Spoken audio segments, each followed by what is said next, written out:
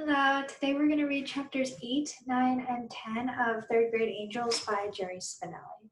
So in chapters 6 and 7, Suds went home and told his family kind of about what's been going on in school. And from there, his family kind of laughed, kind of gave him some advice. And obviously his sister, Zipper Nose, had to make fun of him a little bit and try to get some of the attention back on her.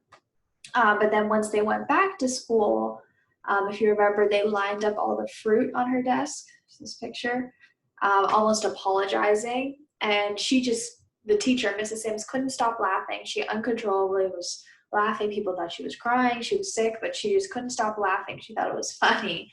And then she told the class, said, "You cannot bribe me," which means, give me something to get something in exchange. You can't give me an apple every day and get a halo. That's not how this works.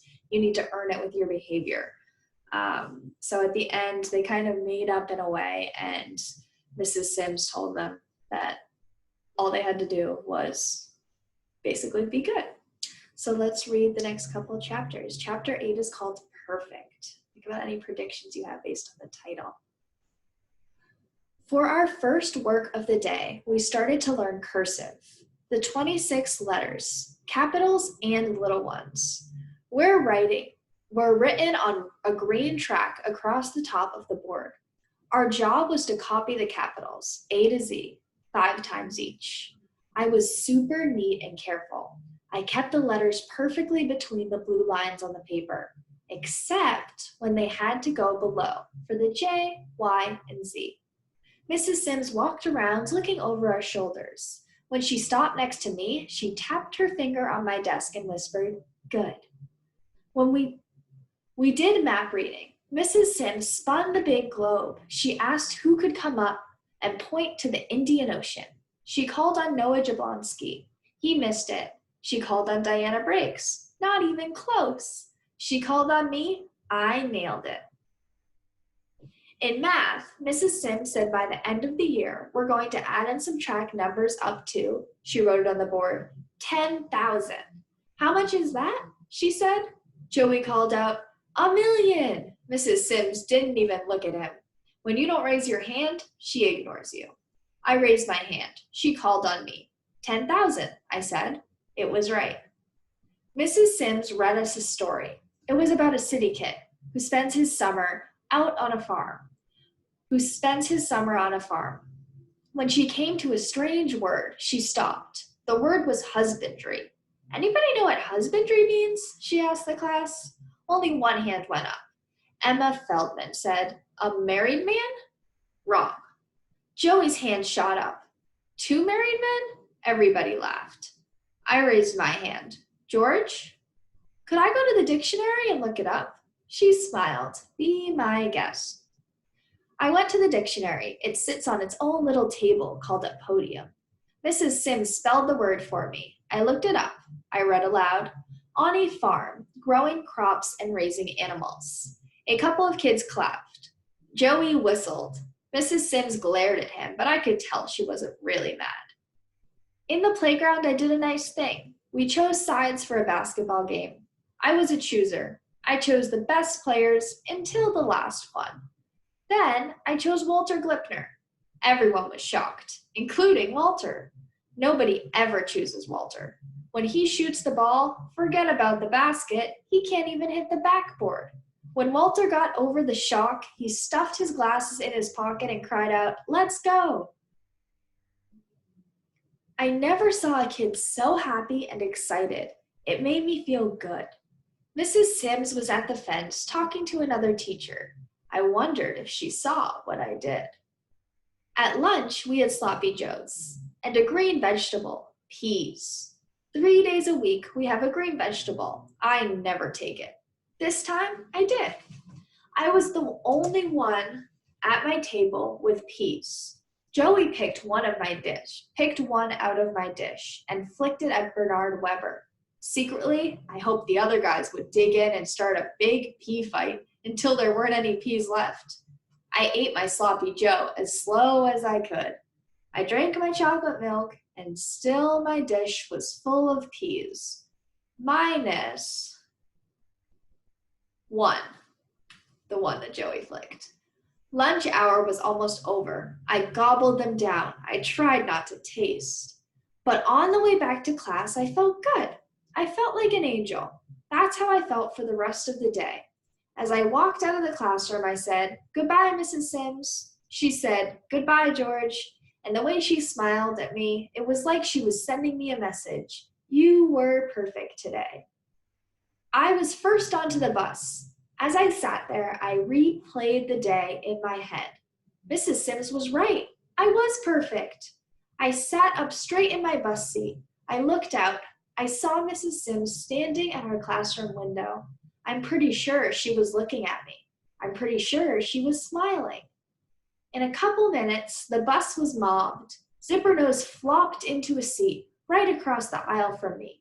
She had to lean forward because her pink backpack was so stuffed. She didn't look at me. She was gabbing away with some other second grader in the seat in front of her. It was the weirdest feeling when I realized I was looking at her. I never look at her, but I was.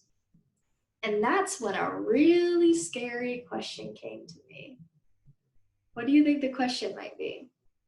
That's the end of chapter 8. Chapter 9 is called Spies, and we're going to hear that question he was thinking of. Does it count if the teacher doesn't see it? It's a good question. My mother was in the backyard. She was cutting stuff from her herb garden. Her head came up. Say again? If Mrs. Sims doesn't see me being good, how am I supposed to get credit for my halo? She snipped a couple stems and stood up. She turned around. I laughed. She was wearing the supersized movie star sunglasses I gave her as a joke for her birthday. In other words, she said, you want to know if it's okay to be bad when you're not at school. Another word trick. I was thinking it over when Zippernose came screeching. Mommy, Mommy, let me wear them. She was jumping up, grabbing for the glasses. I smacked her hand away. No. She punched me. Her punches don't hurt. You shut up. They're Mommy's glasses. I gave them to her, I said. Which makes them mine, said my mother. She took them off and handed them to Zippernose. 1 minute and give them back. Zippernose went dancing across the yard.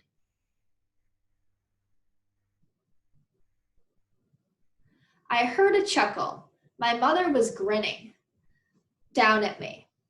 Oh, 1 sec. I heard a chuckle. My mother was grinning down at me. So, she said, what you really want to know is if you have to be nice to your sister, right? My mother is unbelievable. She not only knows the answers, she knows the questions. Well, I said, sorta. She nodded. The grin was gone. A serious answer was coming. Okay, here's what I think. You like Mrs. Sims, right? Yes, I said. You like her because she's nice, right? Right. And nice people usually have a lot of friends, wouldn't you say? I guess so. So, she sniffed her hands full of herbs. Mrs. Sims, nice Mrs. Sims, probably has a lot of friends. You with me? It's funny. My dad is the lawyer, but my mom often sounds like one. Yeah, I said. So here's what I think. She jabbed the herbs at me. I think it's not just Mrs. Sims keeping an eye on you. I think it's her network of friends, too. They're probably all over the place. If they see one of her students acting up, they report back to her. You mean like spies? I said. She nodded. Sort of. She brushed the herbs across my nose. I smelled mint. If you asked my advice, I'd say you better not take a chance. You better be nice to everybody all the time. And that. She poked the herbs at the dancing Zippernose. Sad to say, old Sudsy includes your dear little sister. She called, Amy, time's up. Zippernose squealed, 1 more minute. Mom held out her hand. Now. She said it in her don't mess with me voice. Zippernose groaned and slugged over and gave up the glasses. She gave me her best I hate you face and said poop and punched me.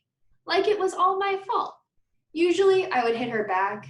Instead, I looked at the neighbors' backyards, at the neighbors' windows. I wondered if a spy was lurking behind a shade. I let Zippernose go, grumping off, unhit. And then Mom was squeezing me and saying, "My little angel."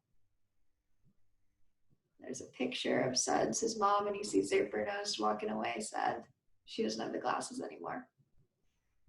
All right, and then we're also going to read chapter 10 today. It's called Angel at Home. It's harder to be an angel at home than at school. I mean, it's not like I'm really bad at home. I don't throw the remote. I don't make fires in the living room. I don't say bad words. I'm just a normal kid. I do normal bad things. Sometimes I whine if I don't get my way, or leave my underwear on the floor, or forget to cap the toothpaste or turn out the lights, or stick a banana peel under Zippernose's pillow. But you should see me now. I sit up straight at the dinner table. I don't pick at my food. When I answer the phone, I say, "Horton residence, may I help you?" Every piece of dirty clothes goes into the hamper. If I need the salt, I say, "Salt, please." When somebody passes it, I say, "Thank you." I don't have to worry about thanking my sister because she would never pass me anything. But I don't call her Zippernose anymore, except in my head. I don't call her Amy either. I don't call her anything. Now that I think about it, the only really hard thing about being an angel at home is being nice to my sister. And even that seemed pretty easy until...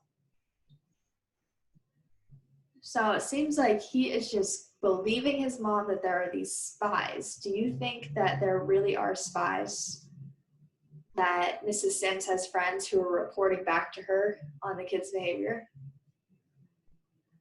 We'll see. And even that seemed pretty easy until my mother had a little talk with me a week ago. "So," she said, "how's the halo hunt going?" "Okay," I said.